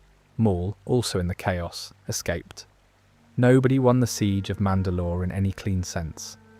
The Republic fell the same day the battle was happening. The Empire rose, and the Empire's attitude toward Mandalore was immediate and unambiguous. They moved in. Bo-Katan was driven out. Imperial governors took control. The planet's Beskar mines came under Imperial authority. In the years between the fall of the Republic and the rebellion that eventually dismantled the Empire, Mandalorians fought back. The Rebels era, the animated series, shows this in some detail, and it's where Sabine Wren enters the story in a way that matters for what we're building toward.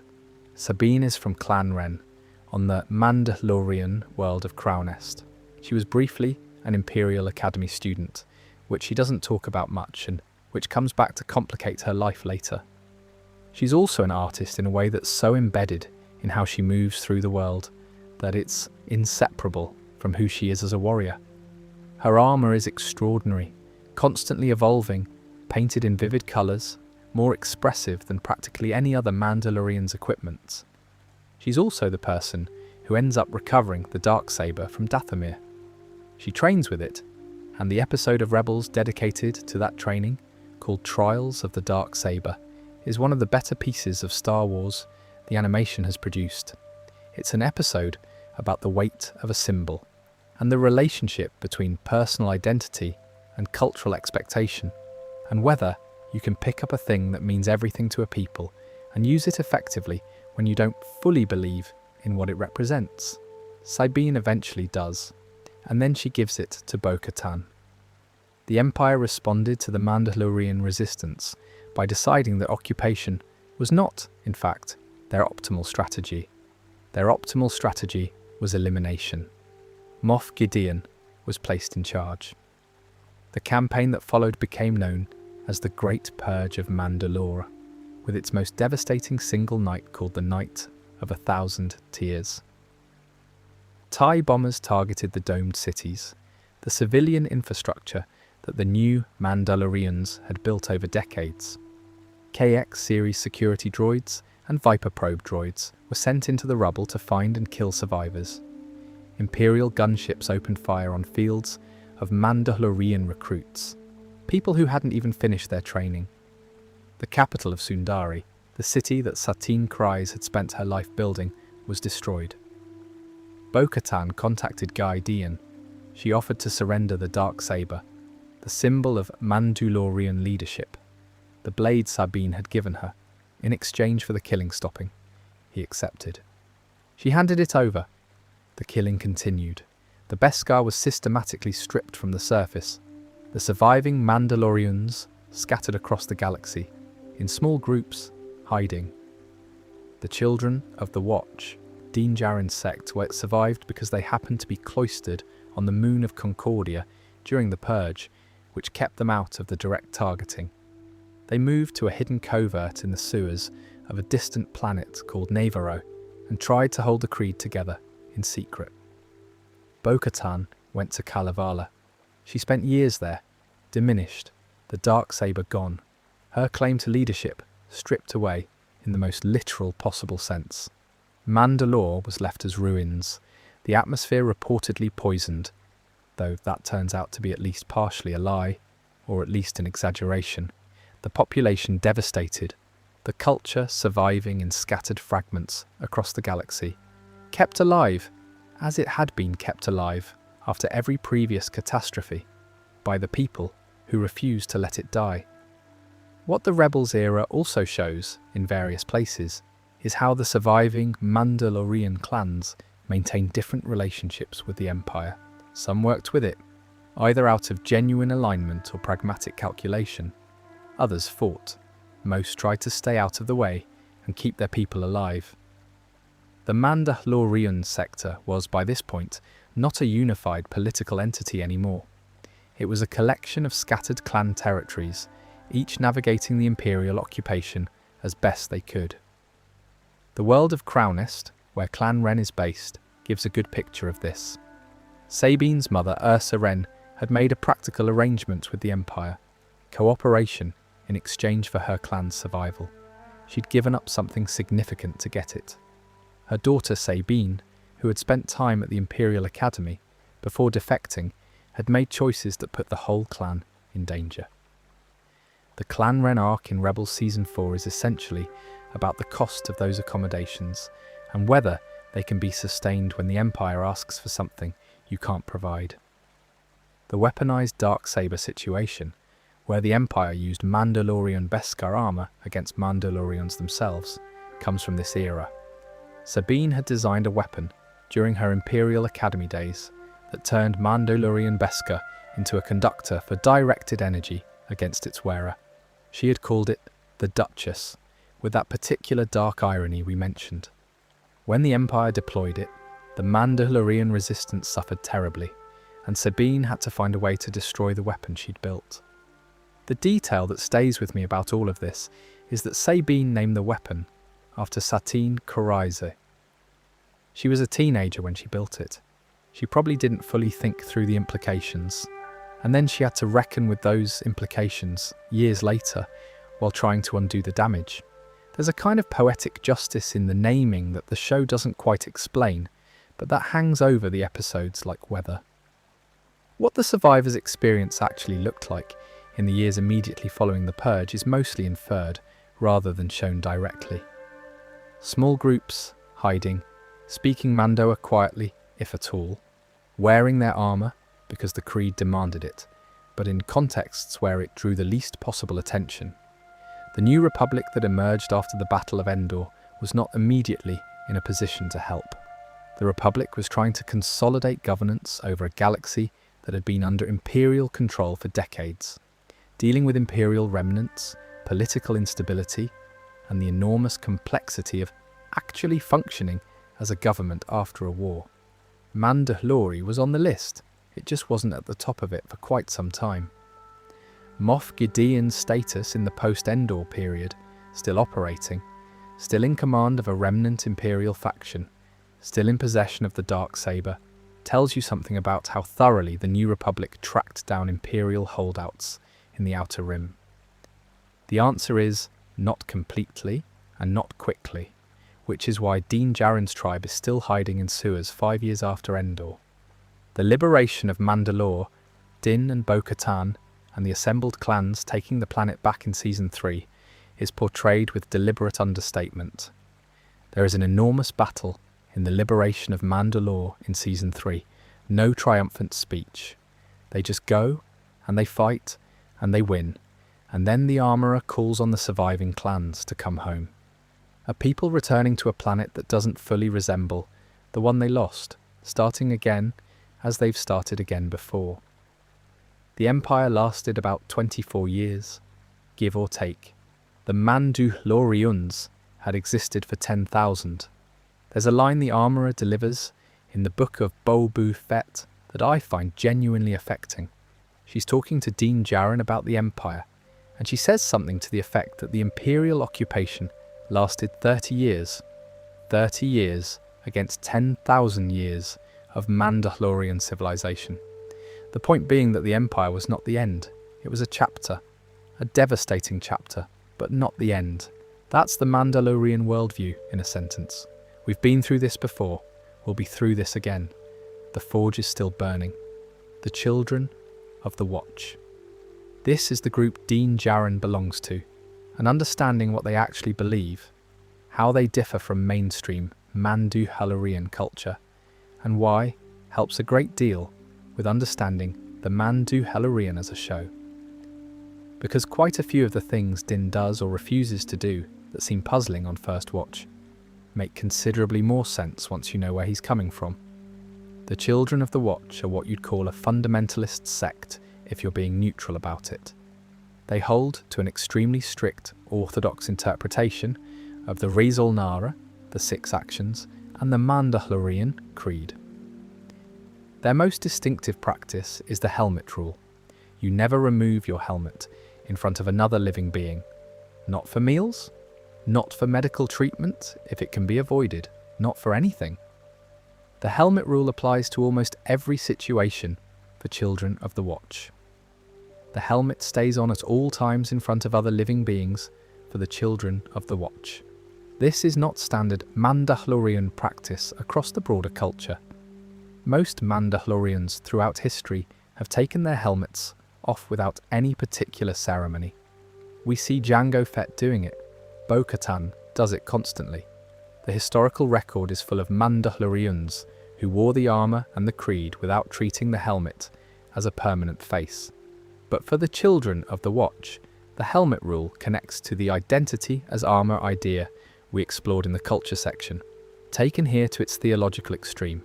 Revealing your face isn't just immodest in their framework, it's understood as a kind of self-erasure. The armour is you, not something you put on. Now, where the Children of the Watch actually came from is slightly murky.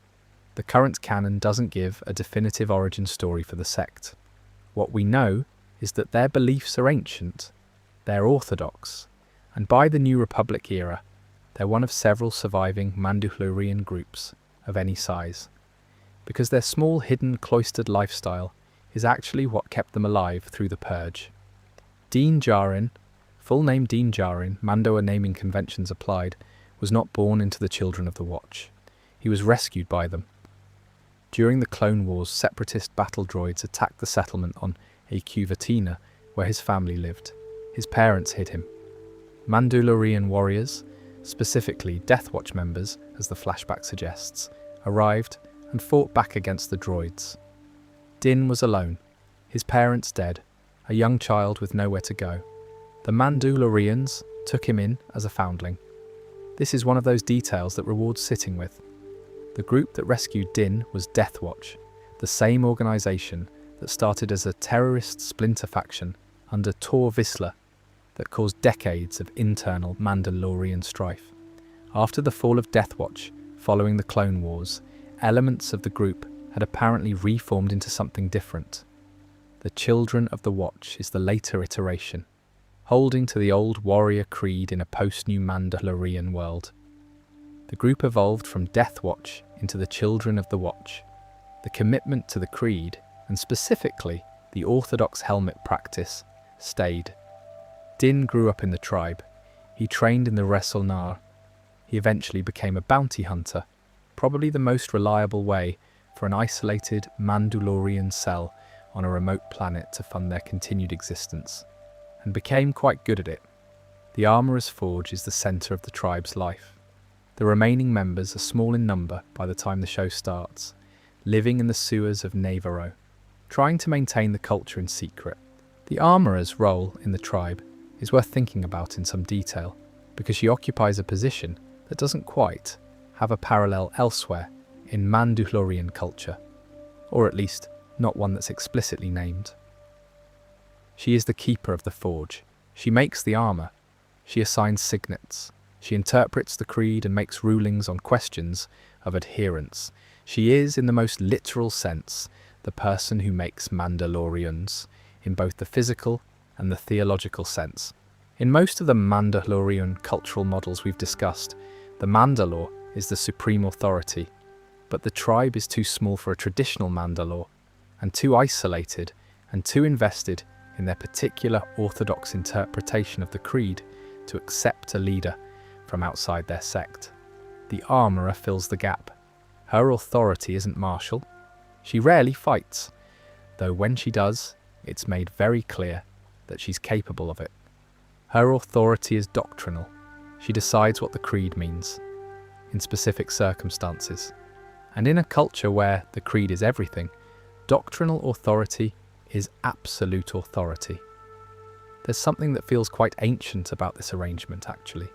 The person who works the forge, who controls access to the material that defines the culture's identity, that's a position of significant power in any pre-industrial society.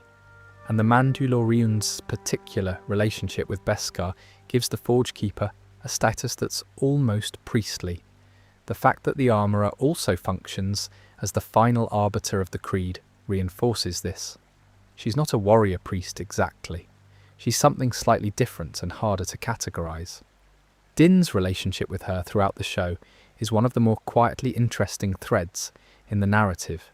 He respects her. He defers to her on questions of the creed, even when the creed demands things of him that are personally very costly. And when she exiles him after the helmet removal, his instinct is still to find a way back to the creed, rather than to reject her authority. The scene where he bathes in the living waters on Mandalore and she formally pronounces him redeemed is affecting precisely because of how much it costs him to get there, and how straightforward she is about the pronouncement. No drama, no elaborate ritual. The Armorer says, "You have done the highest honour of the creed, saving a foundling." The Armorer says, "Din Djarin, by creed you are redeemed." Then Din takes a bounty job from a remnant Imperial client. He retrieves the target, a 50-year-old Force-sensitive child of the same species as Yoda, who will be known for most of the show as simply the Child, or by now, by the name Luke Skywalker gives him, Grogu.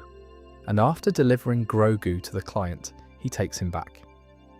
From that moment, Din Djarin's story becomes the story of a man carrying a creed into situations the creed wasn't designed for, and slowly working out which parts of it were always true, and which parts were the accretion of one particular sect's particular anxieties. He removes his helmet for Grogu eventually, then for the Imperial officers who need to verify his identity, then again, more than once. Each time he does, it costs him something in terms of his standing with the Armorer and the tribe. Each time, it's because the person in front of him matters more than the rule. The Armorer exiles him after the second removal. He bathes in the living waters on Mandalore, the sacred absolution ritual, and is redeemed. The creed continues, but the creed by the end of Season 3 has been stretched and questioned and tested in ways that feel genuinely productive rather than just dramatically convenient. The Clan of Two. That's what the Armorer calls it when she formally recognizes Din and Grogu as a clan. the smallest unit the Mandalorian structure recognizes, but still a unit, still a clan, still real. I find this rather touching, honestly. The whole vast machinery of Mandalorian history, 10,000 years of wars and cultures, and politics and codes and symbolic weapons. And at the center of the most recent chapter of it is just this: a bounty hunter in battered Beskar armor and a small, ancient, force-sensitive child who can move things with his mind and clearly adores the man who refuses to leave him behind. The traditions survive through people. That's what they've always done. Right, this is the section I've been looking forward to in a somewhat self-indulgent way. We've covered a lot of structural history, the big arc, the major events, the context for why things happened. But the most interesting things in any culture are usually the specific people, and Mandalorian history has more than its share of genuinely remarkable individuals. This isn't meant to be comprehensive. It's just the ones I keep coming back to. Jedi Order. I've mentioned him a few times already, but he deserves a proper moment. Jedi Order is a Mandalorian warrior who appears in the original Knights of the Old Republic game, where he ends up in Revan's party during the Jedi Civil War. He's a former Neo-Crusader, a veteran of the Mandalorian Wars, a man who fought against the Republic and lost, and has been doing mercenary work since the defeat. What's striking about him is the combination of qualities he carries. He's not bitter about losing, or not primarily bitter. He respects strength and capability wherever he finds it, which is why he respects Revan. He's entirely honest about what he is and what he's done, including the things he's not proud of. And underneath the pragmatism is a genuine, deep commitment to the Mandalorian traditions, not as an ideology he's trying to impose on anyone else, but as the framework through which he understands himself and the world. He eventually becomes Mandalore, the Preserver. He does the rebuilding quietly, without drama, without a great battle to justify it. He just goes to Dia-1, sends out the call, and starts gathering what's left. One of the better portrayals in the Legends material of what genuine leadership looks like, as distinct from dramatic leadership. What makes Jedi work so well as a character is that he's never nostalgic in a maudlin way. He talks about the Mandalorian Wars with the directness of someone who was there and did things they don't need to apologize for. But he's also entirely clear-eyed about what those wars cost and what the defeat meant. He doesn't pretend the Mandalorians were heroes at Malak Aviv. He doesn't pretend the Neo-Crusader campaign was anything other than what it was. He's a man with a very specific ethical framework, the Wrestle Nara, the canons of honor, and he applies it without self-deception. The moment in his Legends backstory where he finds the dying Tang warrior and takes on that warrior's armor and clan, adding it to his own, is small and easy to miss within the larger canon. But it lands. Here is the last biological Tang, the original Mandalorian, passing everything he is to the man who is rebuilding what's left of the culture. And Jedi, now Mandalore the Preserver, carries it forward. Not as a burden, as an obligation freely accepted. That's a quiet kind of heroism. I have a lot of time for quiet heroism, Sabine Wren. I've talked about Sabine in the context of the Darksaber and the Rebellion era, but she deserves attention as a character, rather than just as a plot point. She's a teenager, 16 when Rebels starts, making decisions that affect the entire Mandalorian people, and the show is unusually honest about how much weight that is for a 16-year-old to carry. She's also, genuinely, an artist first. The way she moves through the world is aesthetic as much as tactical. Her armor is the most painted, the most evolved, the most personal feeling of any armor we see in the animated shows. She leaves marks on things. Literally, she tags her work like a street artist. There's an episode in the 4th season about a superweapon she built for the Empire during her brief time at the Imperial Academy, before she defected, and then has to reckon with what it was used